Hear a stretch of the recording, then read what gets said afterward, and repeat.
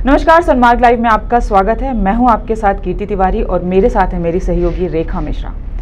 Facebook, Twitter, Instagram, WhatsApp, social media के ये कुछ ऐसे ऐप हैं जो आजकल हमारी ज़िंदगी का हिस्सा बन गए हैं। लेकिन सोशल मीडिया का जितना लोग उपयोग कर रहे हैं उतना ही अब इसका दुरुपयोग भी किया जा रहा है। बहुत ही आसान हो गया है सोशल मीडिया के सहारे किसी की भी निजी ज़िंदगी में घुसना और किसी भी तरह की कोई भी टिप्पणी करना। जी, सही कहा कीर्ति आपने। एक समय ऐसा था जब हम सोशल मीडिया से कनेक्ट नहीं होते थे और उस टाइम भी लाइफ जो थी वो काफ़ी अच्छी हुआ करती थी। लेकिन आज के टाइम में सोशल मीडिया का लोग इतना इस्तेमाल कर रहे हैं, कहीं ना कहीं काफ़ी अच्छा है, लेकिन कहीं ना कहीं हम दूसरों की जो निजी ज़िंदगी है और अगर दूसरों की जो लाइफस्टाइल है उसमें इंटरफेयर कर रहे हैं जो कहीं से भी सही नहीं है। अगर आज हमारे हाथ में मोबाइल नहीं होता है तो जिंदगी में एक खालीपन लगता है। इनफैक्ट कीर्ति, मैं आपको दूसरे की क्या, मैं अपनी खुद की आपको बात बताऊं कि मैं खुद इतनी यूज्ड टू हो गई थी एक टाइम पे कि मुझे लगता था इसके बिना मेरी ज़िंदगी नहीं चल सकती। लेकिन जब मैंने खुद इस चीज़ को रियलाइज़ किया कि ये कहीं ना कहीं एक तरीके से कई तरह की बीमारियों को जन्म देता है और आपका इंगेजमेंट जो है अपनी फैमिली से कम करता है। देखिए, सोशल मीडिया का इस्तेमाल करना बहुत ही अच्छी बात है क्योंकि ये एक जरिया है, क्योंकि आप हर किसी से अपनी भावनाओं को व्यक्त नहीं कर सकते। तो इसलिए इंस्टाग्राम, व्हाट्सएप, ट्विटर, इसके सहारे आप देश भर में अपनी बातों को पहुंचा सकते हैं, एक दूसरे से कनेक्ट रह सकते हैं। लेकिन इसका ये कतई मतलब नहीं है कि आप दूसरे की निजी जिंदगी में दखल दें, किसी भी धर्म विशेष पे किसी भी तरह की टिप्पणी करे, जैसा कि अभी हम मामला देख रहे हैं। जी कीर्ति, ये देखिए काफ़ी कॉमन हो गया है। सिर्फ ये अगर एक मामला उठाएं रांची की ऋचा भारती जी, तो ये एक पहला मामला नहीं है। फैजू, अगर हम प्रियंका चतुर्वेदी की बात करें कोलकाता में, तो सभी लोग जो है सोशल मीडिया का एक तरह से गलत इस्तेमाल कर रहे हैं। मौलिक अधिकारों का मतलब ये नहीं है कि हम भूल जाएं कि हमारी आज़ादी क्या है। अगर हम इंडिया में हैं, इसमें कोई दो राय नहीं है कि हम एक लोकतांत्रिक देश के स्वतंत्र नागरिक है, लेकिन स्वतंत्रता का अगर गलत इस्तेमाल हो तो वो कहीं ना कहीं हमारे लिए सही नहीं है और दूसरों के लिए भी सही नहीं है। कहीं ना कहीं हम जो हमारे देश की जो मतलब सौहार्द है उसको हम बिगाड़ने की कोशिश कर रहे हैं कुछ गलत टिप्पणियां करके। तो इससे बचने की बहुत ज़रूरत है। जी हाँ, जैसे कि अभी ऋचा भारती की बात आपने की, बेहद आसान हो गया है। क्या होता है कि फेसबुक, इंस्टाग्राम पे बस एक लाइक, शेयर और फॉरवर्ड, ये जो 3 वर्ड हैं, लाइक, शेयर, फॉरवर्ड, ये बहुत ही छोटे वर्ड हैं, लेकिन इसका जो मतलब है वो बहुत भारी पड़ता है और इसकी कभी कभी आपको बहुत भारी कीमत भी चुकानी पड़ सकती है। जैसा कि ऋचा भारती मामले में हम लगातार देख रहे हैं कि उन्होंने बस एक आपत्तिजनक पोस्ट जो है वो फेसबुक पे शेयर किया। उस मामले में आप देख रहे हैं कि उन्हें जमानत मिली है, सशर्त जमानत मिली है कि वो कुरान बांटे, लेकिन उन्होंने उससे इनकार कर दिया है।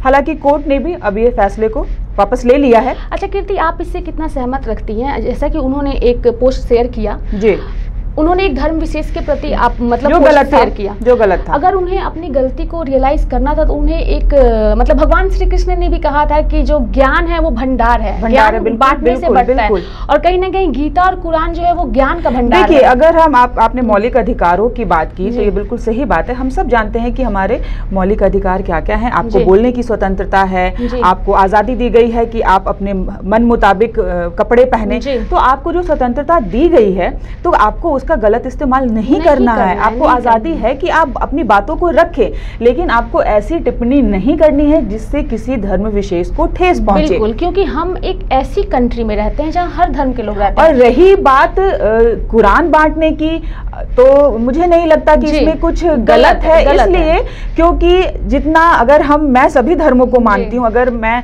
हिंदू धर्म को मानती हूँ, मैं मुसलमान धर्म को मानती हूँ, मैं ईसाई धर्म को मानती हूँ, तो मैं अगर सभी धर्मों को मानती हूँ तो इसमें कहीं से कोई दो राय नहीं कि अगर मैं गीता बांट सकती हूँ तो मैं कुरान भी बांट सकती हूँ। जब ईद आता है तो हम खुद अपने दोस्त के घर जाते हैं, हम बैठ के उनके साथ ईद ही खाते हैं, ईद एंजॉय करते हैं। जब हमारे घर में कुछ पूजा पाठ होता है तो हमारे वो दोस्त भी आते हैं, हमारे साथ बैठते हैं, मिलते हैं। तो कहीं ना कहीं हिंदुस्तान की ये खूबसूरती है कि आप सभी धर्मों को एक साथ लेकर चलते हैं। तो इस खूबसूरती को जो बिगाड़ने की कोशिश की जा रही है सोशल मीडिया के माध्यम से, ये गलत है। क्योंकि आजकल ये काफी आम हो गया है, एक कट्टुरता जिसको बोलते हैं ना हम, कट्टरता, वो लोगों में कूट कूट के भरी हुई है। आप देखते होंगे कि आजकल एक काफी कॉमन हो गया है, भगवा को लोग प्रमोट कर रहे हैं। तो भगवा को प्रमोट करना ओके, लेकिन कहीं ना कहीं उस भगवा के माध्यम से अगर किसी दूसरे को आप कमेंट कर रहे हो तो वो गलत है।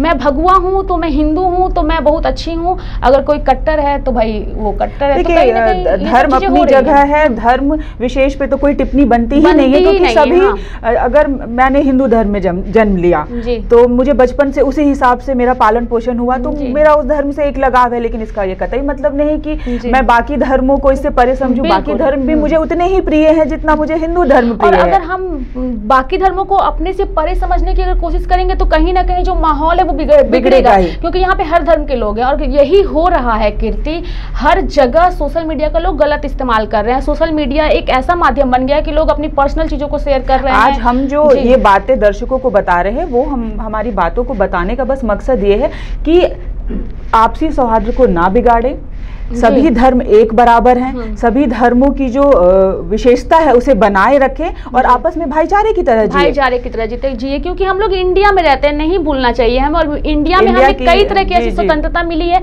जिसका कहीं ना कहीं लोग गलत इस्तेमाल कर रहे हैं। आज़ादी का मतलब ये नहीं होता है कि हम आज़ाद पंछी की तरह उड़े और हम दूसरे का सम्मान करना भूल जाए।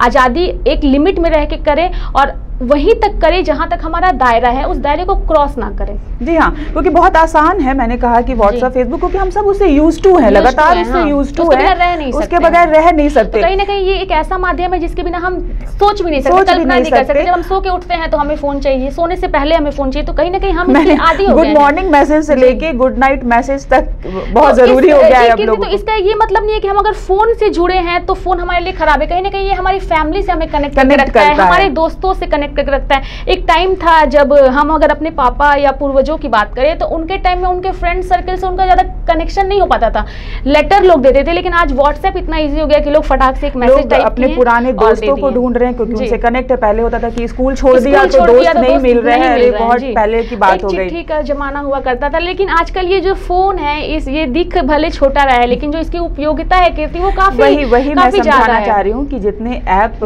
जो हम अपने फोन में डाउनलोड करके रखते हैं उन ऐप का सही इस्तेमाल करें, चाहे वो व्हाट्सएप हो, फेसबुक हो, ट्विटर हो, क्योंकि आपको आजादी दी गई है। आप अगर किसी चीज पे बात अपनी रख भी रहे हैं तो जहां जो बात सही है उस पे आप सही बात करिए, और जो गलत है आप बेबाक अपनी राय उस पे रख सकते हैं, किसी ने आपको नहीं रोका है, वो आपका अधिकार है।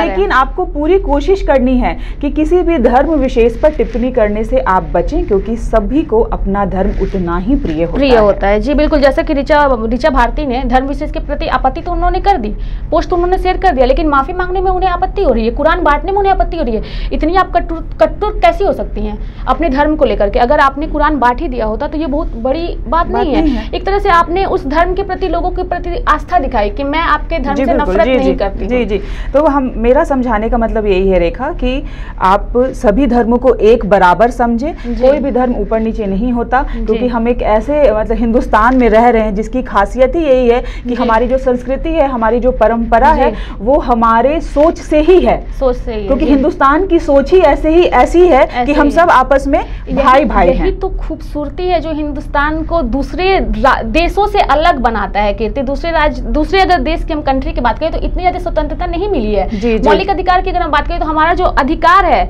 जो हमारे संविधान में मिला है, बोलने हमें अधिकार दिया गया है, स्वतंत्रता है। वही अगर दूसरे कंट्री से कंपैरिजन करें तो हमारा जो मौलिक अधिकार है, जो हमारा संविधान हमें आजादी देता है, वो दूसरे कंट्री से बहुत अलग है और हमें हर चीज की आजादी है। तो ये हमारे हिंदुस्तान की खूबसूरती है।